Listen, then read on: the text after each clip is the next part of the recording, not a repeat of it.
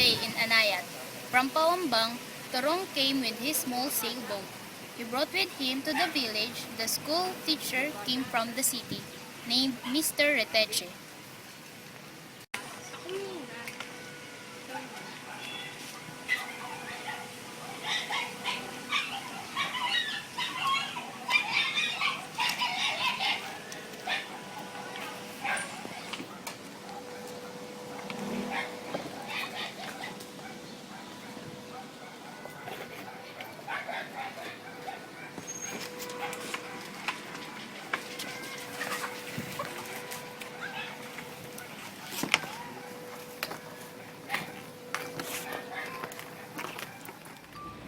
I'm excited has come to another. He's so young.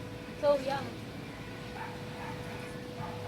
Dr. Nandan Isidoro, we had prepared a room for you in the house so you don't have to walk so far from the school every morning. Thank you din, Isidoro, but I want to stay at Torong's house. But Torong's house is far from the school and church. To walk too good for me, and I set myself to live alone. Is that what you want, Mr. Kinche? Yes, I can handle it. Mr. Reteche can frequently seen alone, watching the sky and the sea. Wondrous. People thought of nobody but him. They talk about him in a barber shop, in the cockpit, in Sarsar's store. Mr. Attention, the new school teacher is so mysterious. One morning, I saw him alone. He's staring into wonder of the sea. It seemed as though he's thinking some important thing he had left in the sea.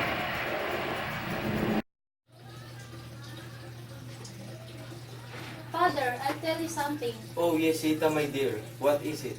It's about our new school teacher, Mr. Reteche. Earlier, he strolled into our room. Very tall, serious, and polite, and stood at us and looked at us all over, and yet did not seem to see us.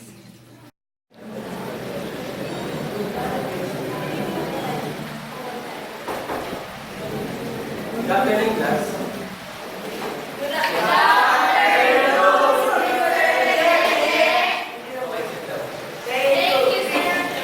He bowed us if we were his equals.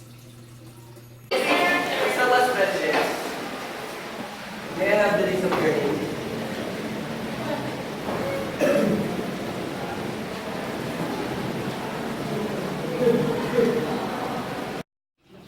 He asked for a list of our names, and as he read off each one, we looked at him long.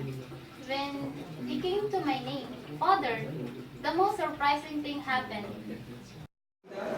Zita? Zita?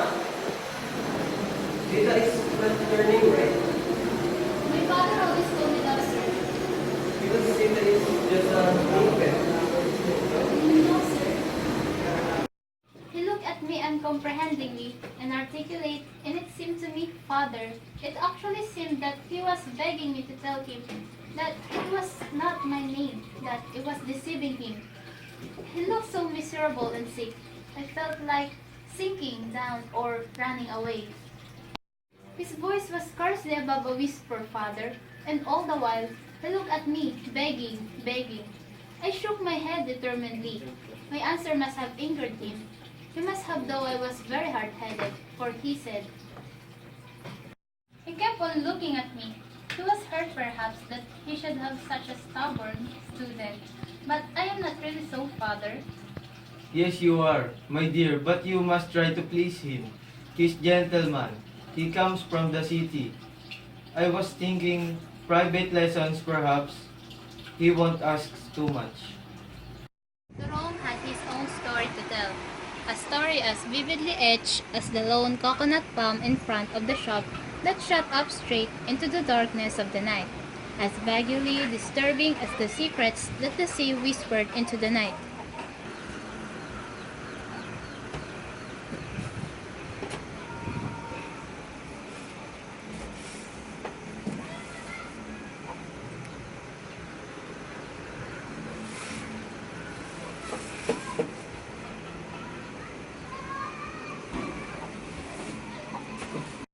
I have something to tell you, my friends. What is it? He did not sleep a wink. I am sure of it. When I came from the market, the stars were already out and saw that he had not touched the food I prepared. I asked him to eat and he said he was not hungry. He sat by the window that faces the sea and just looked at hour after hour. I woke up 2 times during the night and saw that he had not so much as changed his position. I thought once that he was asleep and came near, but he mentioned me awake. When I awoke at dawn to prepare the net, he was still there. Maybe he wants to go home already. He is sick. You remember Father Fernando? He he had a way looking like that into space, seeing nobody just before he died.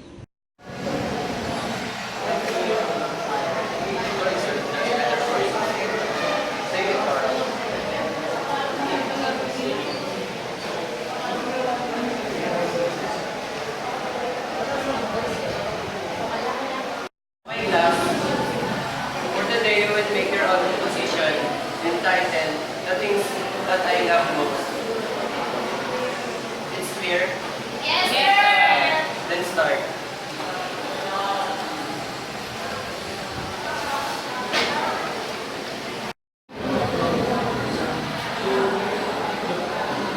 Class, are you through? Yes, sir! Pass your paper.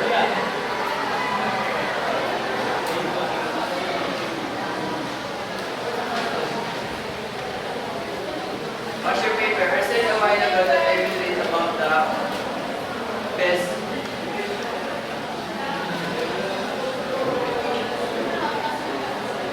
Where is it?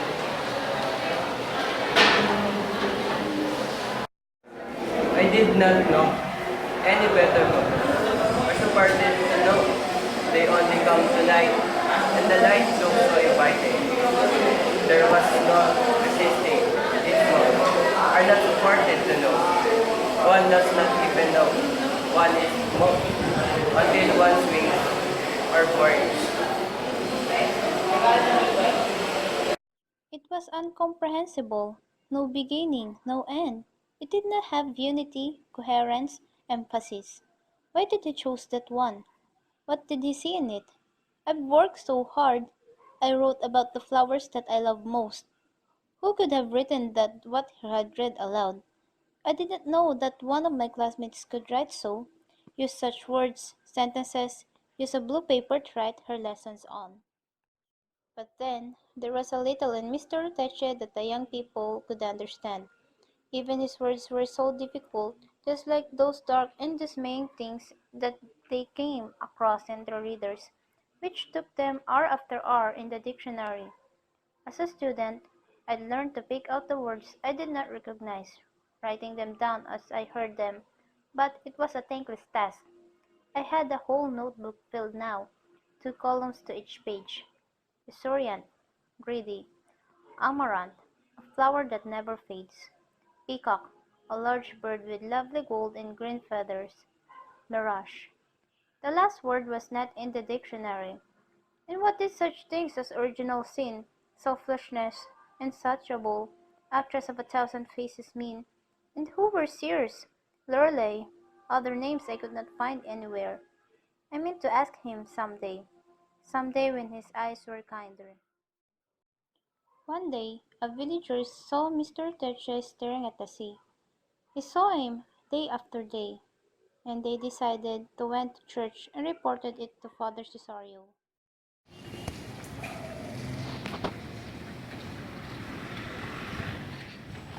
Morning, Father. Good morning. Thank you. I am the that fish. We have something to consult with you. What is it? It's about Mr. Riteche. Let the peaceful man alone in his grave. Francisco B. Reteche. What a name. What could his nickname be? Paking? Frank? Pa? Am I dreaming? Who was it? A loose soul? An unvoiced thought? The shadow of a shadow? The prince from his tryst with the fairer princess? What does he whisper to me? One day, Mr. Riteche came in Don Elidoro's house. It was Zita's father who told Mr. Riteche to teach him to be a lady, and finally he accepted it.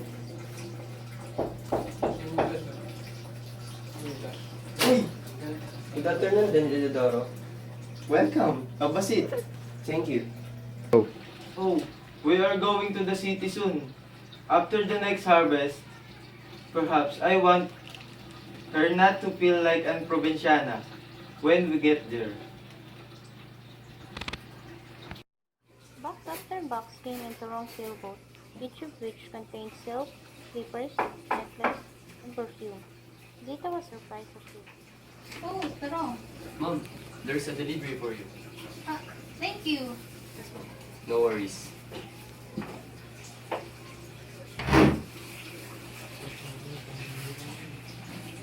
Wow. Wow.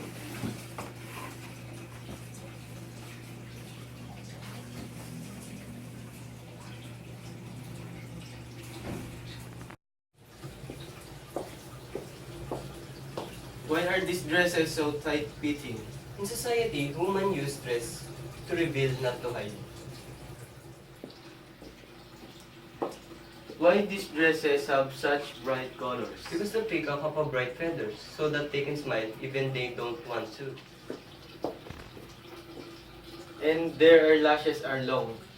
To hide deception, one would think that she shy or uncomfortable, but no, a little bit. All comes naturally.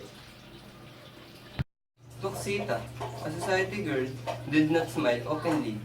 Her eyes did not seek once, so that we can reveal her true feelings. But if I'm glad and happy and I want to show it, Don't. If you must show it by smile, let your eyes mocking it invited, repulse with your lips.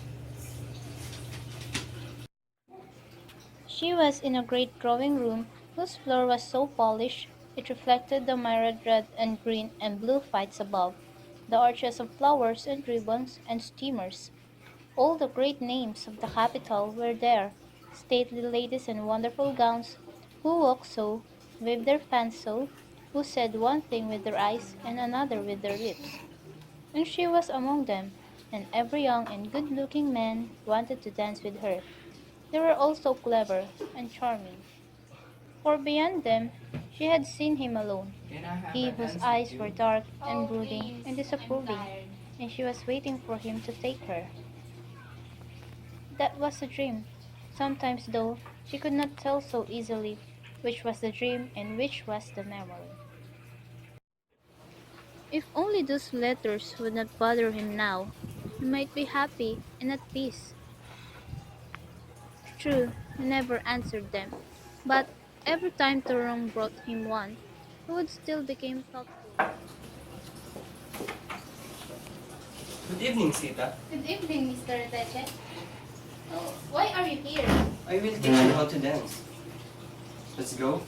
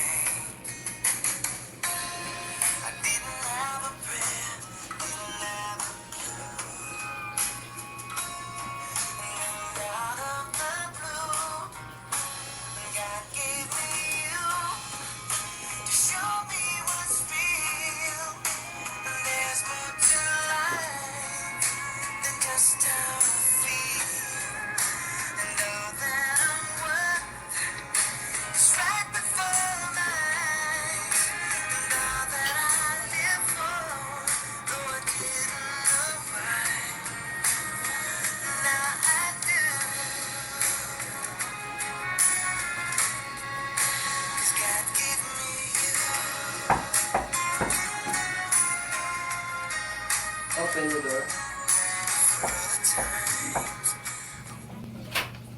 Oh, Toro. Good evening, sir. Why are you here? There's a letter for you. Thank you, Toro.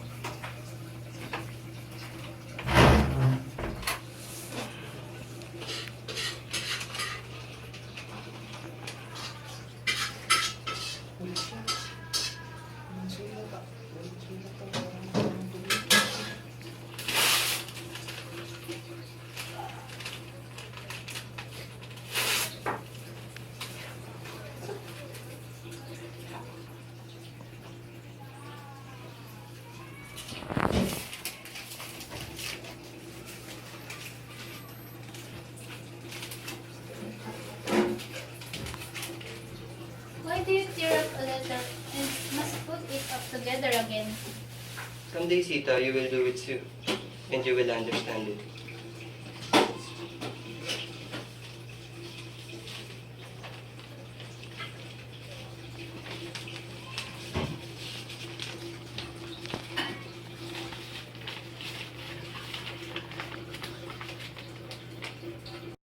One day, a stranger came to Anand. Hey, my friend, yes. Can you do me a favor? Yes, what favor? Can you give this to Toro and tell him that the letters came from me and give to Zita? Okay. Thank you, my friend. He did not sleep that night. Zita too. When the morning came, Zita went to her mirror, managed herself. She heard her father went out. The minutes flew. She was almost done now. Her lips were red and her eyebrows penciled. She waits for him. Wrong. Good evening, Mom. Oh, There's a letter for you where it came from? from Mr. Redache. Oh, okay. Thank you.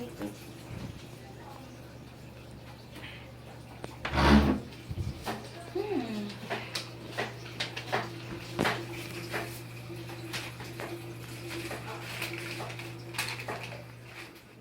In one bound she had reached the open window, but dimly, for the sun was too bright, or was her sight failing? She saw a blur of white moving out to the sea, then disappearing behind the point of land, so that she could no longer follow it, and then, clearly against the horizon, suddenly drawn out of perspective. Mr. Retache, tall, lean, brooding, looking at her eyes that told her somebody had hurt him. It was like that when he first came, and now he was gone. There was nobody to see and criticize her breathing. They came down unchecked, and when she tried to brush them off with her hand, the color came away too from her cheeks, leaving them bloodless, cold. Her hands worked convulsively. There was a sound of tearing paper. Once, twice. She became suddenly aware of what she had done when she looked at the pieces, wet and brightly stained with uneven streaks of red. Slowly, painfully, she tried to put the pieces together, and as she did so a sob escaped deep from her breast. A great understanding had come to her.